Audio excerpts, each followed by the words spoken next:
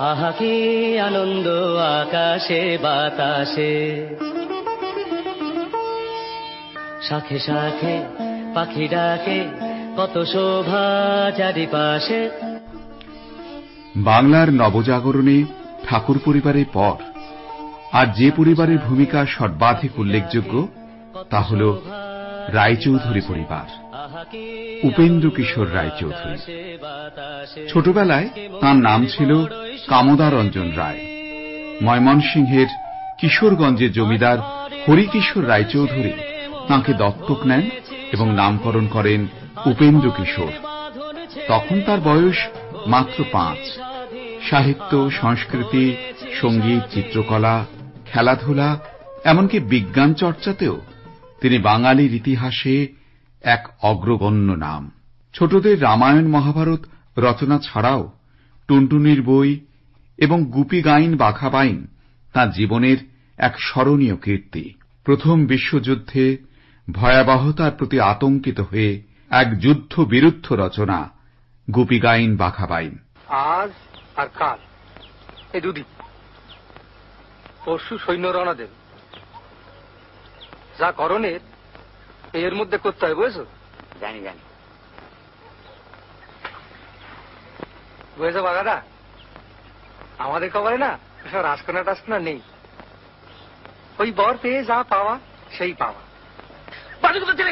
ভাবো তো, রাজকন্যা রাজকন্যা প্যাটে যা পড়েছে, বুঝেছো? মাথা আর কিছুতেই খলছে না। আচ্ছা বাগাদা, এটা সরেশ ঘি উড়ে করে পাওয়া পাওয়া দেখিনি? ওই তো গরু গরু ভূতের খেলেই হলো, মরণ নাই, ব্যারাম নাই। না খেলেও হলো, ভূত তো। 1969 সালে তাঁর সুযোগ্য পৌত্র বিশ্ববরেণ্য চলচ্চিত্রকার সত্যজিৎ রায় এটিকে সেলুলয়েডে তুলে ধরেন। ওরে বাবা দেখো যে কত সেনা চলেছে সমরে, কত সেনা হাজারে হাজারে হাতিয়ারে বুঝি কাটাকুটি করে, কাটাকুটি হাজারে হাজারে হাতিয়ারে বুঝি কাটাকুটি করে। আহারে আহারে আহারে, পেটে খেলে পিঠে সয়, এ তো কবু মিছে নয়। পেটে খেলে পিঠে সয়, এ তো কবু মিছে নয়। উপেন্দ্র কিশোরের অসামান্য অবদানের অন্যতম শিশু সাহিত্য পত্রিকা সন্দেশ। শিশুর মনোজগতে পরিপূর্ণ খোরাক জোগাতে সন্দেশ যে ভূমিকা গ্রহণ করেছিল বিশ্ব ইতিহাসে তা বিরল। সাহিত্য সংস্কৃতির বাইরে উপেন্দ্র কিশোরের বহুমুখী প্রতিভার আরও একটি পরিচয় তাঁর বিজ্ঞান সাধনা। গড়পার বাড়িতেই গড়ে তোলেন তার নিজের নামাঙ্কিত প্রিন্টিং প্রেস। কাঠের ব্লকে হাফটোনের প্রয়োগ করে তিনি এক বিপ্লব এনে দিলেন মুদ্রণ শিল্পে। সত্যজিৎ রায় পরিচালিত একটি তথ্যচিত্রের বিশেষ কিছু অংশ। উপেন্দ্র কিশোরী ছিলেন একমাত্র ভারতীয় যাঁর লেখা প্রবন্ধ বিলাতের বিখ্যাত মুদ্রণ শিল্পের বার্ষিকী পেনরোজ অ্যানুয়ালে প্রকাশিত হতো। তার সঙ্গে উপেন্দ্র কিশোরের তোলা ছবিও থাকত। 1895 খ্রিস্টাব্দে উপেন্দ্র কিশোর তাঁর নিজের নামে একটি মুদ্রণ প্রতিষ্ঠানের পত্তন করেন। পরে এই প্রতিষ্ঠানের নাম হয় U Ray and sons. Upendra Kishore 1913 বৈশাখে সন্দেশ নামে শিশুদের জন্য একটি মাসিক পত্রিকার পত্তন করেন।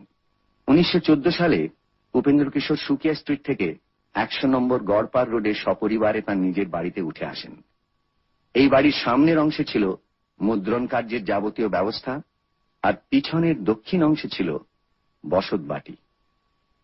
দুঃখের বিষয়, সন্দেশ প্রকাশের 2 বছরের মধ্যেই উপেন্দ্র কিশোর পরলোক গমন করেন।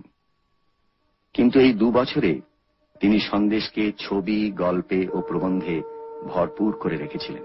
এ বিষয় নিয়ে বললেন সাহিত্য সমালোচক সমীক বন্দ্যোপাধ্যায়। বই ছাপাই প্রকাশনার ইতিহাসে এমন একটা বিরাট অসামান্য সময়কে উনি তৈরি করেছিলেন উপেন্দ্র কিশোর, যে ধারাটা দীর্ঘদিন ধরে অব্যাহত থাকে।